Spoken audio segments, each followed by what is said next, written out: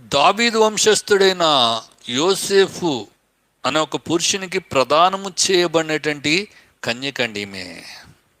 ఇదేదో రహస్యంగా జరిగేది కాదు, ఇంకోటి ఏదేదో కాదు. కానీ మరి ఆమె ఆల్రెడీ ఏమైందంట, ఆమె ప్రదానం చేయబడినటువంటిది ఉంది. ఒక పురుషునికి ప్రదానం చేయబడిన తర్వాత ఈ విషయాలన్నీ కూడా దేవుని దూత ఆమెతో మాట్లాడినప్పుడు ఆమె స్టేట్మెంట్ ఏంటి? 38వ వచనం, అందుకు మరియా, ఇదిగో ప్రభువు దాసురాలను. నేను ఎవరినంటే దేవుని యొక్క దాసురాలని, దేవుని సేవించే స్త్రీని, దేవునికి లోబడేదాన్ని, దేవుడు ఏం చెప్తే దానికి నేను లోబడే స్త్రీని, నేను ప్రభువు దాసురాలను, నీ మాట చెప్పున నాకు జరుగునుగా. ఆమె అంటుంది, అయ్యా అలాగే కానీ మరి నేను కన్యకను, మరి జనం ఏమన్నా అనుకుని నీ చిత్తము నా ఎడల జరిగించునుగాక అని చెప్పిన తర్వాత అంతటా దూత